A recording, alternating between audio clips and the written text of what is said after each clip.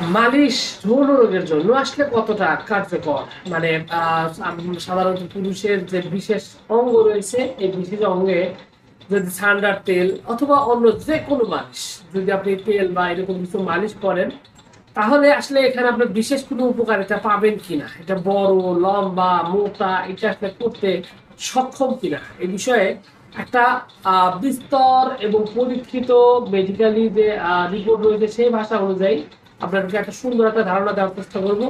এবং এই মালিশের ব্যাপারে আপনি বিস্তারিত যদি জানেন তাহলে আপনি আপনার খুবই সুন্দর একটা তথ্য পাবেন, এবং আপনার যদি আজকেও যৌন রোগে আক্রান্ত হয়ে থাকেন সেক্ষেত্রে ভালো একটা সমাধান পাবেন বলে আমি মনে করছি। তো প্রথমত বিষয় হলো যে আসলে মালিশ এইটার জন্য কতটা কাজ করে, এই বিষয়টা আপনাকে বুঝতে গেলে প্রথমত বুঝতে হবে এই বিশেষ এই অঙ্গটি এটা আসলে কিভাবে কাজ করে বা এটার গঠনটা কি, এটা যদি বুঝেন তাহলে মালিশটা সম্পর্কে আপনার ধারণা আসবে। প্রথমত বিষয় হলো যে আসলে প্যানিস এটা এমন একটা অঙ্গ, এই অঙ্গে কোনো ধরনের হাড় নেই।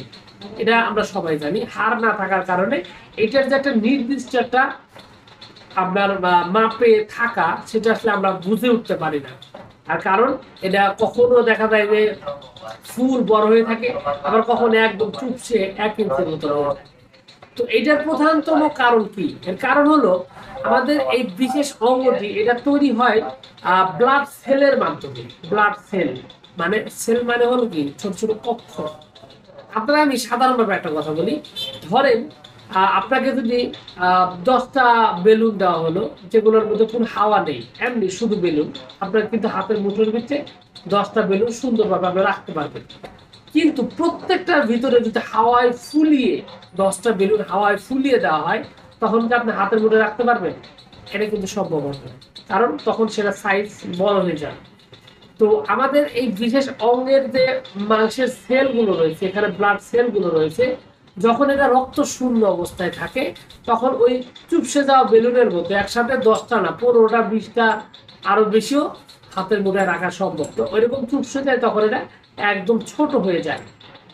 আর যখন এটা যখন আপনার মস্তিষ্ক যখন সিগন্যাল দেয়, যখন আপনি যৌনতাপূর্ণ কিছু দেখেন, আপনার উত্তেজনা বৃদ্ধি করার জন্য কিছু দেখেন, তখন এটা কি হয় সাথে সাথে সেখানে রক্ত সঞ্চালন হতে থাকে এবং প্রত্যেকটা সেল ব্লাড দিয়ে ভরে যায়।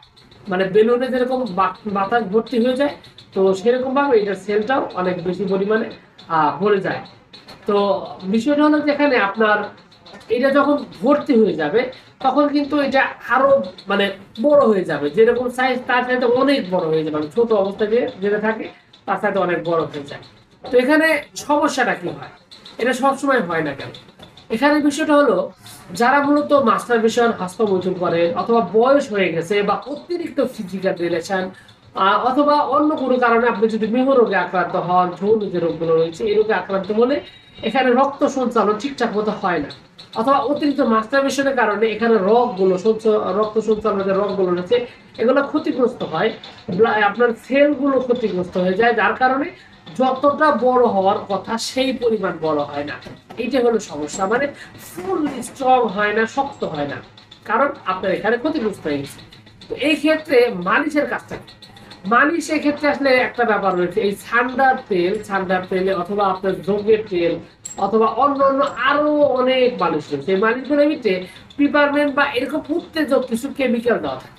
এই কেমিক্যাল গুলো ওখানে একটা মানে অনুভূতি মানে এক্সট্রা একটা অনুভূতি, সুরসুর অনুভূতি বা গরম অনুভূতি, এরকম একটা এক্সট্রা অনুভূতি হয় কেমিক্যালটার কারণে, যার কারণে কি হয় ওখানে সুরসুর অনুভূতি হলে অবশ্যই প্যারিসটা লম্বা হয়ে যায়, খুব স্বাভাবিক ঘটনা।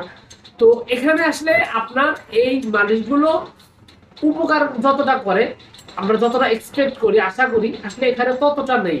তবে কিছু কিছু মালিশ রয়েছে যে মালিশগুলো এই রক্ত সঞ্চালনের যে রোগগুলো রয়েছে সেগুলোকে উন্নত করে, যেমনটা আমরা প্যারালাইসিসের ক্ষেত্রে তেল মালিশ করলে কিন্তু দেখি যে রোগগুলো মারা গেছে বা যে রোগগুলো দুর্বল সে রোগগুলো কিন্তু সবল হতে থাকে, রক্ত সঞ্চালন স্বাভাবিক হতে থাকে। তো এক্ষেত্রে পেনিসাম আপনার রক্ত সঞ্চালনটা স্বাভাবিক হতে থাকে, এটা হচ্ছে একটা স্বাভাবিক একটা বিষয়। তো এই ক্ষেত্রে মালিশ অনেক ক্ষেত্রে কাজ করতে পারে। তবে এখানে মেইন মাস্টার মাইন্ড হলো আপনার রক্ত সঞ্চালন, আপনার যৌনতা যেটাকে বলা হয় মেহরো, সেক্ষেত্রে আপনাকে অবশ্যই চিকিৎসা নিতে হবে, ঔষধ খেতে হবে। আপনার রোগের অবস্থা বুঝে আপনি মাথা পিছু করেন না, বয়সই বেশি হয়ে গেছে নাকি অন্য কোনো সমস্যা হয়েছে, সেক্ষেত্রে আপনাকে কি করতে হবে? চিকিৎসা নিতে হবে। চিকিৎসা নিলে কি হবে? চিকিৎসা নিলে অবশ্যই আপনার এটা আস্তে আস্তে স্বাভাবিক হয়ে যাবে, এবং আপনি যে সমস্যা নিতে পারেন, মানে এই যে প্রবলেম হয়েছে, প্রবলেমগুলো আস্তে আস্তে সলভ হতে থাকবে।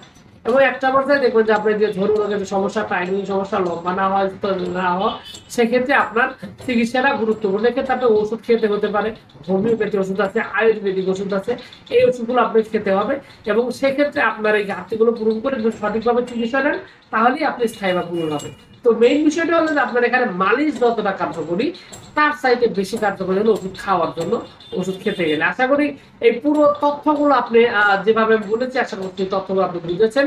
আর যদি বুঝে থাকেন, অবশ্যই ভিডিওতে একটু লাইক দিন। আর আপনার যদি কোনো প্রশ্ন থাকে বা বুঝেননি এরকম কিছু থাকে, তাহলে অবশ্যই কমেন্টস করে জানাতে পারেন। তো ভিউয়ার্স, আপনাদের সকলকে অনেক অনেক ধন্যবাদ। আসসালামু আলাইকুম।